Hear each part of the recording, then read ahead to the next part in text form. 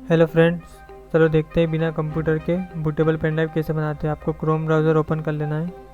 यहाँ पर आपको सर्च करना है विंडो 10 ISO। ये ओपन होने के बाद ये फर्स्ट वाली लिंक पे क्लिक कर देना। इसके बाद एडिशन ऑप्शन को सिलेक्ट कर लेना। यहाँ से ISO फाइल पर क्लिक करके कंफर्म कर देना। इसके बाद आपको लैंग्वेज सेलेक्ट करनी है। यहाँ से आप कोई भी लैंग्वेज सेलेक्ट कर लेना। इसके बाद कंफर्म कर देना। इसके बाद 64 बिट डाउनलोड कर लेना। इसको बूटेबल बनाने के लिए हमको एक एप्लीकेशन की ज़रूरत पड़ेगी। आपको प्ले स्टोर ओपन कर लेना है। यहाँ पर सर्च करना है वेंटॉय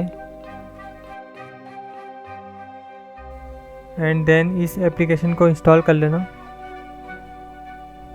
इंस्टॉल होने के बाद इस एप्लीकेशन को ओपन कर लेना। इसको अलाउ कर देना।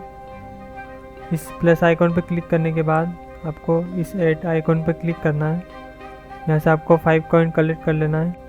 इसके बाद अपने मोबाइल को पेन ड्राइव से कनेक्ट कर लेना एंड ओके कर देना। इसके बाद ये लोड होने लगेगी। इसके बाद GPT मोड को ऑन कर देना।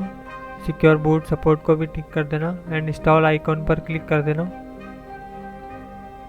एंड ओके पे क्लिक कर देना। ये आपकी पेन ड्राइव में वेंटॉय को इंस्टॉल कर देगा।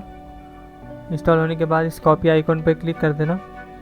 यहाँ से प्लस आइकॉन पे क्लिक करने के बाद जो हमने ISO फाइल डाउनलोड की है इसको यहाँ से सिलेक्ट कर देना।